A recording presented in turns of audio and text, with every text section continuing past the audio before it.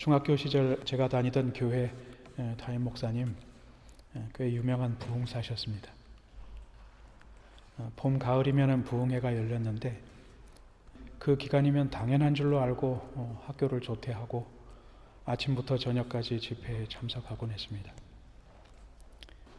강대장에서 가장 가까운 자리에 앉아가지고 말씀도 듣고 아멘 소리도 크게 화답하기도 하고 손뼉 치면서 박수도 찬송도 부르고 그렇게 하면 큰 은혜를 받을 줄 알고 그랬던 것입니다. 근데 어느 해 봄 집회 기간에 담임 목사님께서 강단에서 쪼르륵 내려오시더니만 제 바로 앞에 서시더니 내 옷깃을 한번 잡아봐 라고 하시더군요.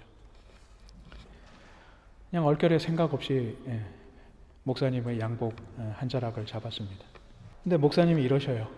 에헤, 그렇게 믿음이 없이 잡으니까 하나님께서 낫게 해주시겠나. 그렇게 못마땅한 듯이 말씀하셨습니다. 그제서야 저는 정신이 번쩍 나서 속으로 주여 믿습니다 하고 이를 악물고 기도하는 마음으로 목사님의 바지가랭이를 잡았죠. 아무 일도 일어나진 않았습니다. 그때는 목사님이 그렇게 말씀하시면 그런 줄 알고 믿는 것이 제게는 너무나도 자연스러운 일이었기 때문입니다. 혹시 이것이 우리가 예전에부터 지금까지 흔히 생각하는 신자의 생활 혹은 믿음의 모습이 아닐까 생각해 봅니다. 오늘 본문을 생각하기 전에 우리는 지난 주일에 생각한 본문 가운데서 귀신 들린 벙어리에 관한 이야기를 잠시 더 생각하려고 합니다. 같은 이야기가 기록된 마태복음이나 누가복음을 비교할 때 마가가 이 이야기를 쓰면서 독특하게 강조하려는 바가 있다고 보이기 때문입니다. 이 이야기에서 마가는 누가와 비교할 때는 유난스럽게 예수님과 귀신 들린 아들이 아버지 사이의 대화를 자세하게 기록하고 있고요. 마태와 비교한다면 이 이적 직후에 예수께서 제자들이 왜 이런 일을 우리는 하지 못하였는가 하고 물으셨을 적에 그 이유를 설명하는 부분을 간략하게 생략하고 지나가는 것을 볼 수가 있습니다. 결론부터 말하자면 마가는 예수님께서 하나님의 아들이신 사실을 강조하기 위해서 이 이야기를 설명하고 있는 것인데 이런 큰 틀 속에서 이 이야기를 좀 더 생각해 보려고 하는 것입니다. 마가는 예수께서 베드로 그리고 요한과 함께 산으로 내려오신 후에 나머지 제자들이 서기관들과 변론을 벌이는 장면을 본 사실부터 이 이야기를 시작하고 있습니다. 예수께서 이 현장에 도착하자마자 한 사람이 달려오죠. 이 사람의 외아들이 벙어리에다가 귀신까지 들리는 바람에 어려서부터 큰 고통 가운데 살고 있었습니다. 그는 자기 아들을 낫게 해달라고 예수께 나와 간청하죠. 그런데 그는 간청하던 말미에 이렇게 말을 하고 있습니다. 그러나 무엇을 하실 수 있거든 우리를 불쌍히 여기사 도와주옵소서. 22절의 말씀입니다. 병자의 딱한 사정을 감안한다면 그냥 지나칠 수도 있는 얘기죠. 이 아버지는 자기의 간절한 소원을 차마 직설적으로 표현하지 못하고 완곡한 어법으로 표현했을 수도 있습니다. 그러나 예수님께서는 이 표현에 대해서 굉장히 예민하게 반응을 하시죠. 예수께서 말씀하십니다. 할 수 있거든이 무슨 말이냐? 다시 말해서 할 수 있으면 이라고 하는 조건절이 탐탁하지 않으셨다는 뜻입니다. 요즘 흔한 표현으로 이렇게 할 수 있지 않을까요? 나한테 할 수 있거든이라는 말이 타당한 얘기냐? 나는 모든 것을 할 수 있다고. 참으로 복된 것은 이 아버지가 예수님의 의도를 바로 알아차렸다는 것입니다. 그는 즉시 이렇게 말합니다. 내가 믿나이다. 나의 믿음 없는 것을 도와주소서. 그는 자기 눈앞에 서 있는 예수께서 자기 아들을 고통스럽게 하는 귀신을 제어할 분이신 것을 고백합니다. 뿐만 아니라 이 예수께서 귀신을 제어할 권세를 갖고 있다는 그것 말고도 그것을 의심 없이 믿을 수 있는 그 믿음조차도 그분 앞에 의탁할 수밖에 없는 자신의 처지를 고백하고 있는 것입니다. 어쨌든 이 고백이 나온 후에 예수님께서는 이 사람의 아들을 귀신으로부터 해방시켜 주셨습니다. 자, 이제 우리는 예수님과 이 사람이 말하고 있는 믿음에 관해서 좀 더 생각해 보려고 합니다. 마가가 이 대화 가운데서 알려주려고 하는 믿음은 구체적으로 무엇입니까? 이 믿음의 구체적인 내용을 생각하기 전에 먼저 우리는 그간에 우리에게 이 대목과 관련해서 상당한 오해가 있었다는 사실부터 생각해 보려고 합니다. 그 오해라고 하는 것은 이런 것입니다. 나중에 제자들이 왜 우리는 귀신을 쫓아내지 못했습니까? 라고 예수님께 묻습니다. 이에 대해서 예수님께서 마태복음 17장에 너희 믿음이 없기 때문이다 라고 말씀하십니다. 이 말씀에 오해의 소지가 있었다는 것이죠. 먼저 마태복음 17장 20절의 말씀을 봅니다. 가라사대 너희 믿음이 적은 연곤이라 진실로 너희에게 이르노니 너희가 만일 믿음이 한 겨자씨만큼만 있으면 이 산을 명하여 여기서 저기로 옮기라 하여도 옮길 것이고 또 너희가 못할 것이 없으리라. 간단히 말하자면 마태복음의 이 말씀은 산과 겨자의 크기에 관한 극적인 대비를 통해서 믿음의 능력이 얼마나 큰지를 설명하려는 것이 틀림없습니다. 그러나 믿음의 능력이라고 하는 표현에 대해서는 잘 새겨서 이해해야만 하는 것입니다. 믿음의 능력 혹은 우리가 흔히 믿음의 역사라고 하는 표현은 믿음의 대상이신 우리 하나님의 능력의 크기이지 우리 믿음의 크기나 강도와는 전혀 상관이 없는 일입니다.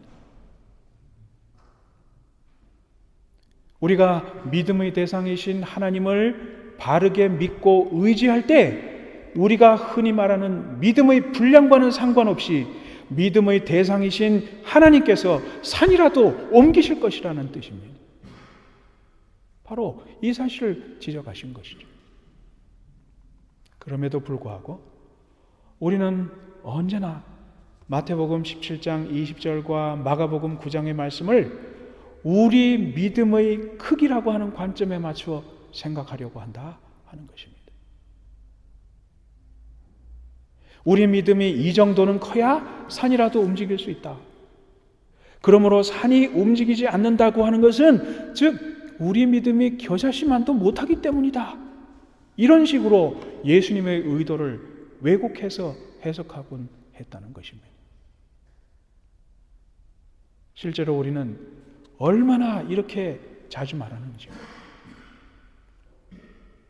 하지만 이런 말과 표현은 절대로 옳지 않습니다. 우리가 믿음이나 믿음의 능력에 관련해서 할 수 있는 것은 크게 믿는 것, 강하게 믿는 것 이런 것들이 아닙니다. 일하시는 분은 오직 한 분, 하나님이 한 분이시고 그분만이 이 세상을 통치하시는 것을 확신하고 그런 까닭에 그분에게 우리 인생을 마땅히 전부 맡기는 것이 믿음입니다. 믿음을 생각할 때 우리가 그 생각의 한계를 분명하게 그어야 하는 것은 믿음은 창조주이시며 통치자이신 하나님을 아버지로서 전적으로 신뢰하고 그분과 함께하는 수단이지 산을 옮기거나 내 목표를 성취하는 수단은 절대 아니라는 사실을 기억해야 하는 것입니다. 마가는 마가복음 9장의 이야기에서 병자의 아버지가 믿음의 대상으로서의 예수님을 보다 정확하고 바르게 이해하기를 원하셨습니다. 이 요구에 부응해서 병자의 아버지는 믿음의 대상이신 하나님의 아들을 믿는 것조차 하나님께 간구해야 할 부분인 것을 고백합니다. 이 믿음에 대해서 우리 주님께서는 귀신을 쫓아내심으로써 그의 믿음이 복됐다는 사실을 인정해 주셨던 것이죠. 이 이야기에서 우리가 배워야 할 교훈이 적지 않은 것을 봅니다만 그 중에서 가장 우선되는 교훈은 바로 이것입니다. 우리가 흔히 말하는 믿음에는 그야말로 문자 그대로의 믿음이 있는가 하면 인간의 신념이라고 따로 구별해야 할 그런 경우도 있다는 것입니다. 물어봅시다. 믿음이 강하다라고 하는 표현이 가능할까요? 강하다라고 하는 말이 있다면 적다라고 하는 말도 있을 것인데 우리 믿음을 무엇으로 측정해야 강하다, 약하다, 심지어 크다, 적다 표현할 수 있을까요? 아브라함처럼 자기 아들을 제물로 바치면 믿음이 크고 아이고 아들만은 안 되겠습니다 라고 말하면 우리 믿음이 적은가요? 사실 이런 표현이나 생각이 마냥 틀렸다고 말할 수는 없습니다. 그러나 이런 생각이나 표현을 사용하는 데 있어서 우리가 극히 신중해야 하는 것이 맞습니다. 그것은 이런 표현이나 생각으로 인해서 일어나게 될 부작용 때문이죠.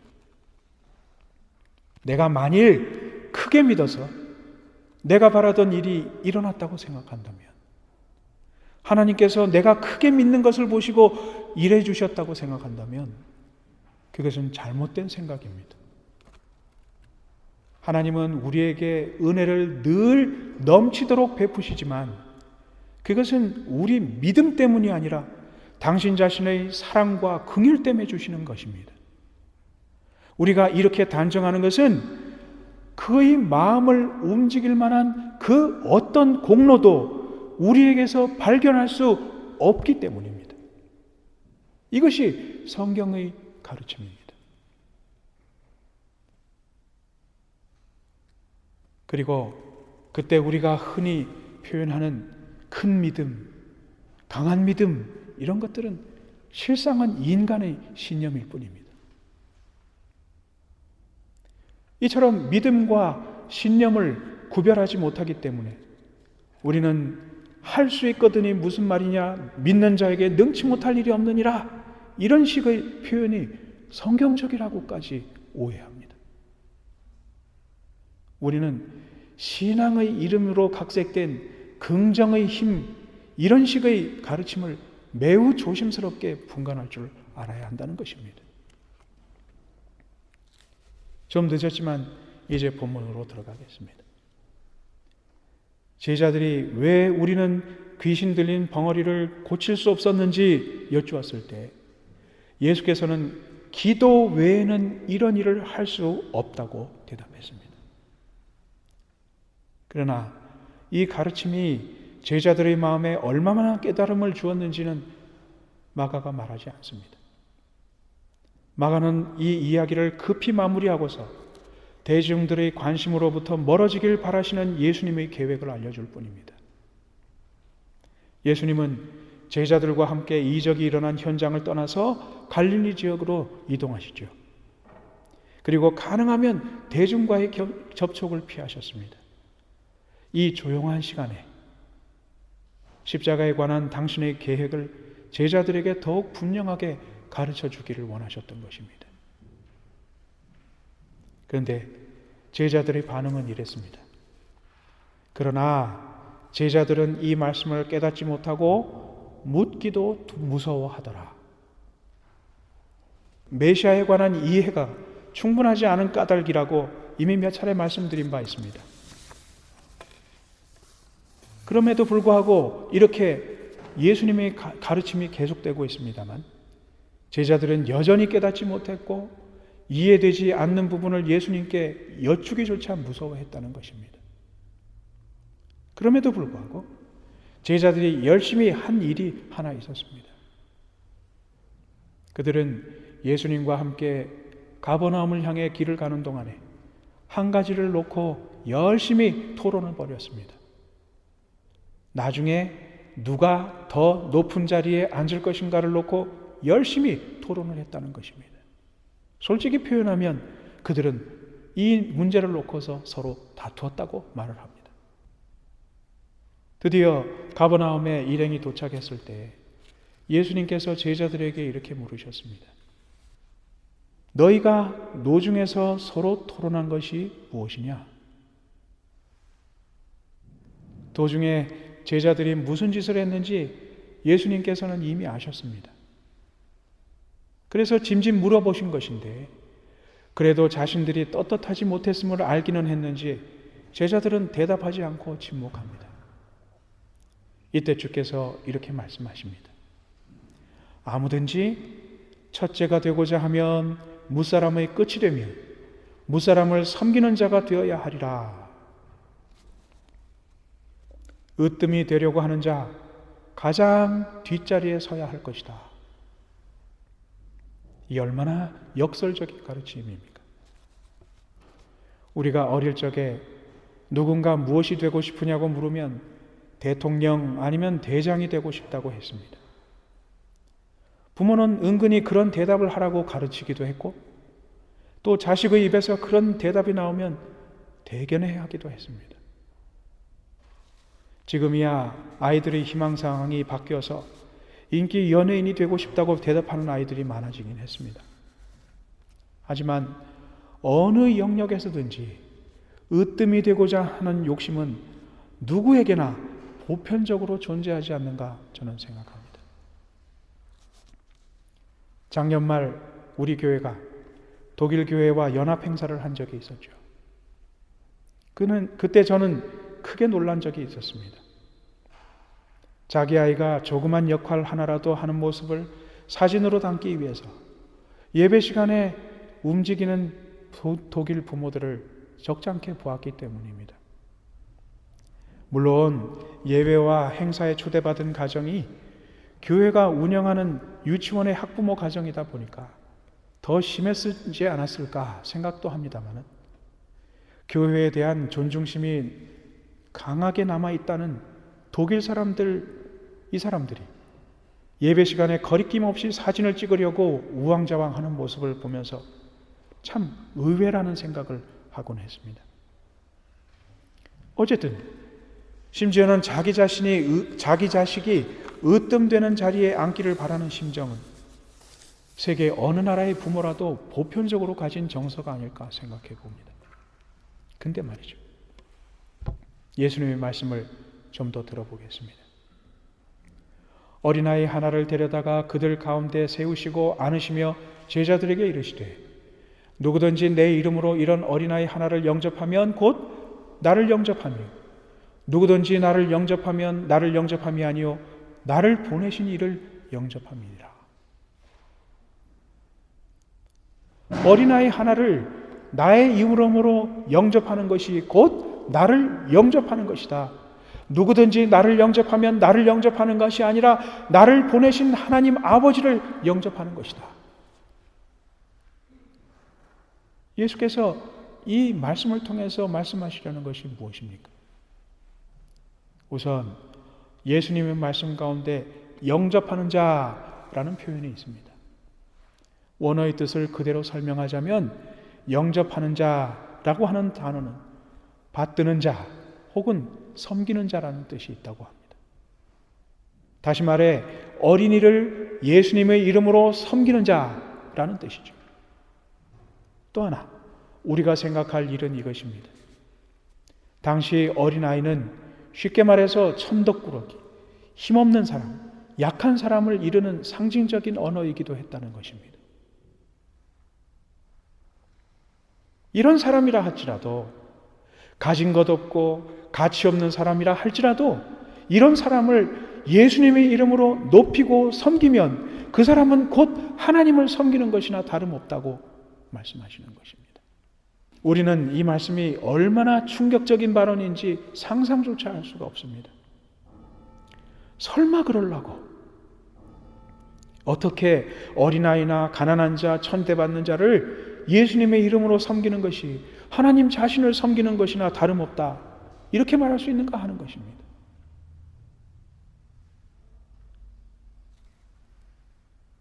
이 지경으로 우리는 믿음을 가진 사람들이라 스스로를 생각하면서도 겸손이나 섬김이 교양 선택 과목이나 도덕적인 품성의 일부일 뿐이라고 생각하곤 하는 것입니다. 하면 좋지만 안 해도 할 수 없는, 천국 가는 데는 상관없는 그런 일이라고 생각한다는 것이죠. 교회 건축을 위해서라면 기꺼이 큰 헌금이라도 감당하면서 가난하고 어려운 이웃을 섬기는 일은 무척이나 깊이 생각해야 겨우 몇 푼 더하고 마는 것이 바로 우리의 모습입니다. 정말 이래도 되는 것일까요? 물론 그렇지 않습니다.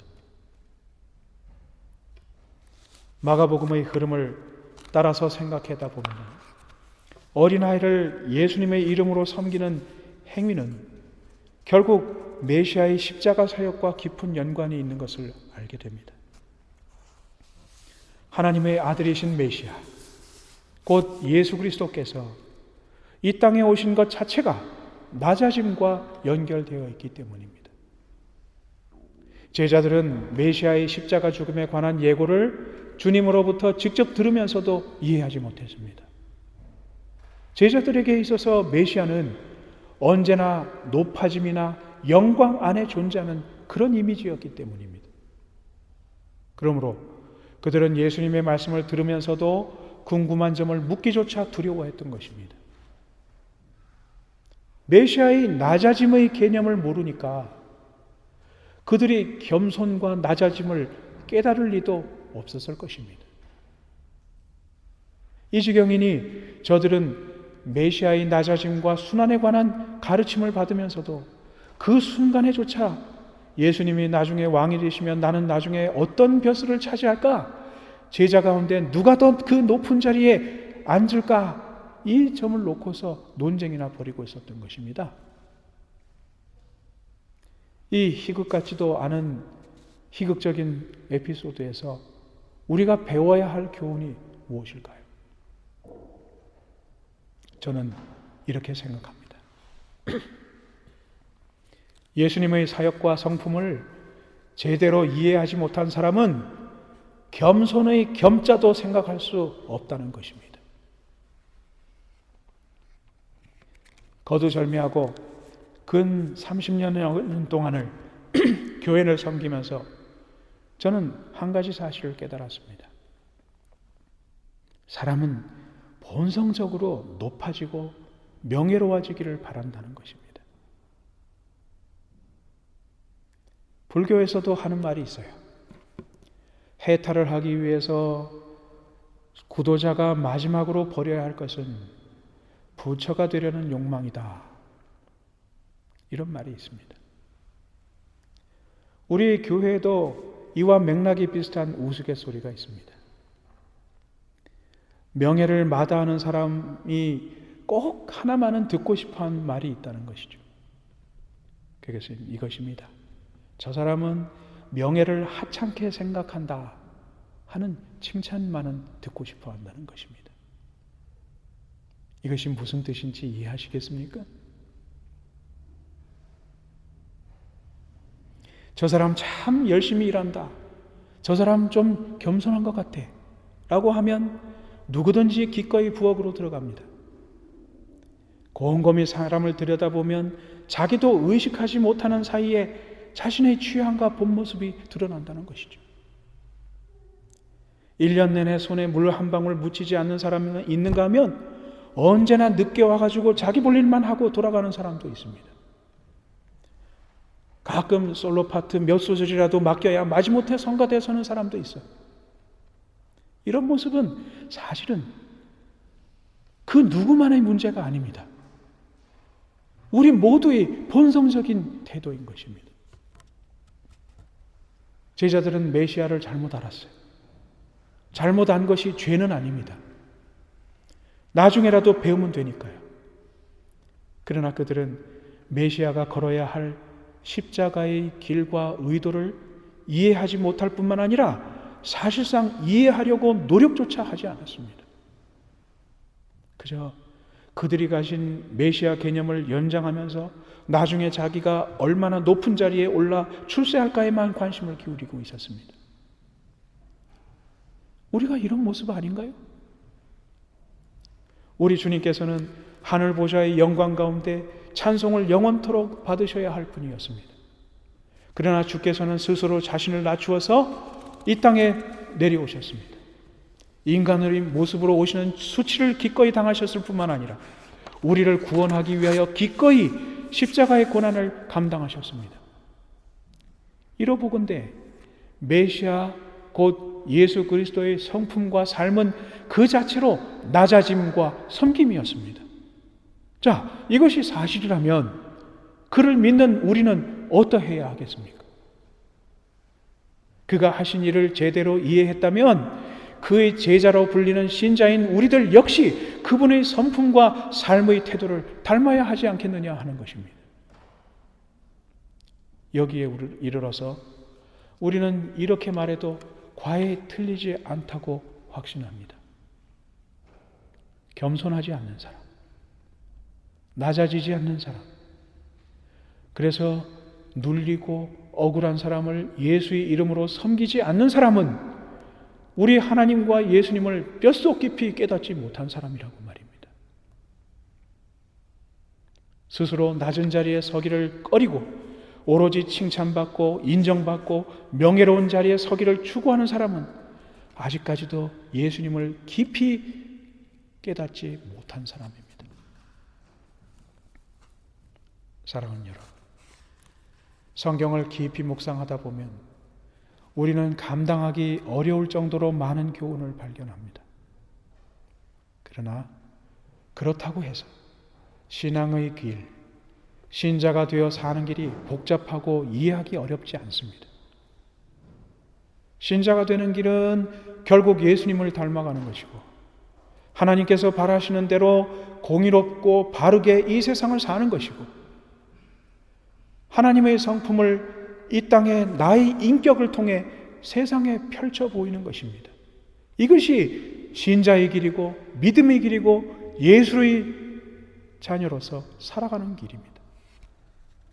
이보다 더 쉬운 일이 어디 있겠습니까? 이 길은 공부하여 이론으로 안다고 해서 걷지 못합니다.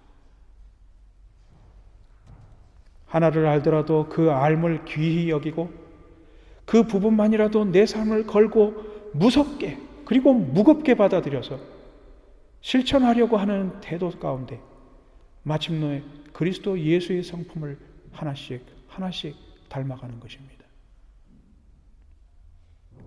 오늘의 말씀에서 우리는 낮아짐과 섬김이 예수 믿는 믿음의 본질적인 모습이라는 사실을 생각해 보았습니다.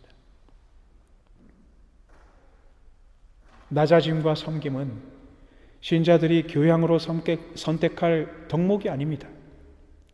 자신의 본질적인 성품으로 받아들여야 할 덕목인 것입니다.